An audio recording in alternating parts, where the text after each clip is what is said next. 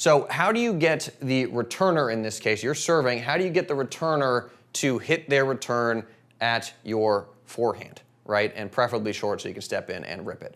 So this might seem a little bit counterintuitive, but on the deuce court, the best thing to do, often, not always, but often, is to serve out wide. You're just taking advantage of the geometry, and the ball is going to come back cross court and kind of tail away from you, and then you can take that ball into the open court. This is something that Federer does all the time.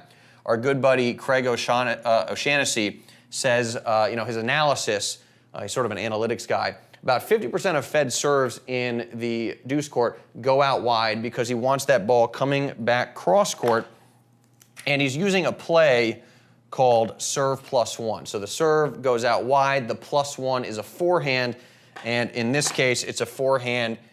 He drives down the line, not going for a narrow target. He's going for a very big target, kind of just in the middle of the ad court here.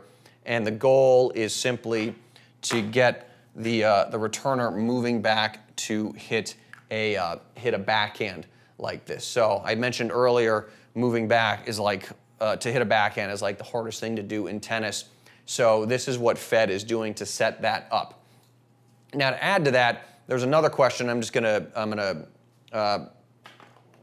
gonna wing this a little bit and make up some plays, make up some terminology. This play is called serve +1. There are a ton of variations of how it actually works, but at its core, it's a serve followed by a forehand. It's a central play in the singles playbook. We're going to call what I'm about to describe serve +1 A, and we'll see if that terminology sticks. But the question later that I got submitted was, well, will serve and volley in the singles game doesn't exist anymore? It's dead. And that's not entirely true, but the main thing is it's been modified. So people rarely serve and volley now. They go serve +1, and then after they hit that +1, they come to net. So Fed does this. You should do this. A lot of pros do this. Rafa actually does this a lot and did it against Medvedev in the US Open final. So to take this framework, serve out wide, return cross court to the forehand, hit into the open court, and then you come to net and stand right there. So serve, the +1's an approach shot, then you come to net.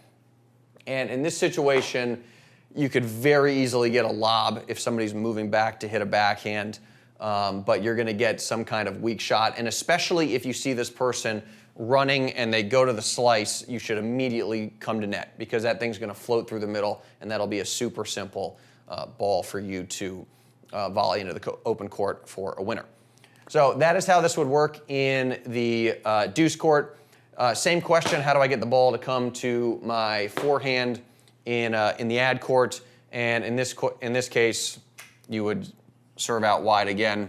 I think it's about 50% for Fed.